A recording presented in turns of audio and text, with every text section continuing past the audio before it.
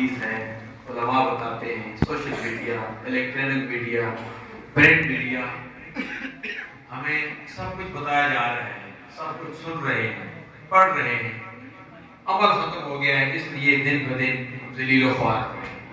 وہ زمانے میں معزز تھے مسلمان ہو کر، ہم ذلیل و خوار ہوئے تارک قرآن ہو کر۔ اس لیے آج ہم دن بدن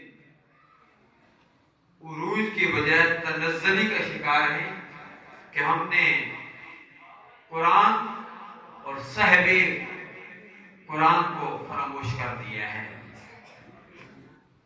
ہم نماز پڑھتے ہیں، روزے رکھتے ہیں، زکوٰۃ دیتے ہیں، حج کرتے ہیں، ہمارے صدقہ کرتے ہیں، ہمارے اندر نمود و نمائش، ریاکاری، اس لیے یہ چیزیں بھی اللہ تبارک و تعالیٰ اور اللہ کے پیارے حبیب کو ناپسند ہیں۔ ہمارے اندر، مسلمانوں کے اندر منافقت کی دو قسمیں، منافقت کی دو قسمیں، یہ بات عرض کر کے پھر آگے اسناد کی طرف جاتے ہیں۔ ایک منافقت اعتقادی ہے اور ایک منافقت عملی ہے۔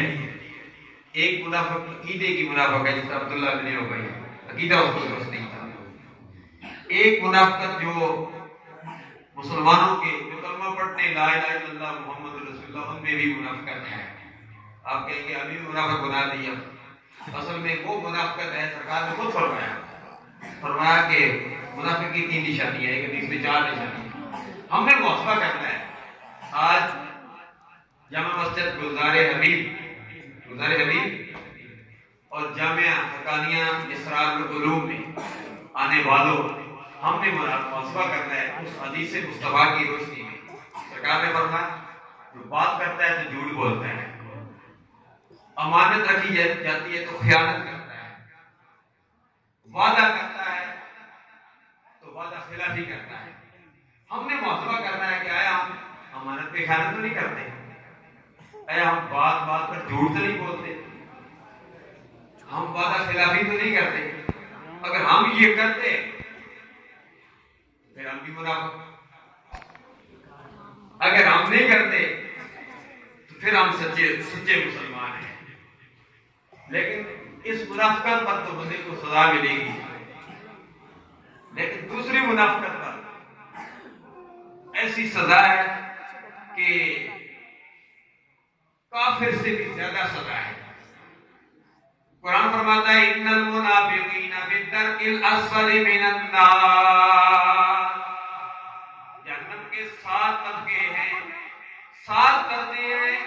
کافر کو کم سزا ملے گی لیکن منافق کو اس سے بھی زیادہ سزا ملے گی۔ جہنم کے سب سے نچلے والے طبقے میں منافق ہوں گے، کیونکہ اسلام کو کافروں نے اتنا نقصان نہیں پہنچایا جتنا کہ منافقوں نے نقصان پہنچایا ہے۔ ہر دور میں منافق رہے اور منافق کو رہے، یہ عقیدے کے منافق۔ تو جو عقیدے کے منافق ہیں، عبداللہ ابن ابی کے ماننے والے، عبداللہ ابن ابی بہت بڑا منافق، لیکن بیٹا سرکار کا صحابی، کرتا لینے کے لیے بیٹا آتا ہے تو سرکار دے دیتے ہیں۔ صحابہ کرام دیکھتے ہیں کہ اللہ کے پیارے حبیب نے کرتا دے دیا، جب وہ مر گیا عبداللہ ابن ابی تو کیا ہوا؟ اس کا فرق کیا، اس کا فائدہ کیا ہوا کہ کرتا دینے کی وجہ سے کئی غیر مسلمان ہو گئے۔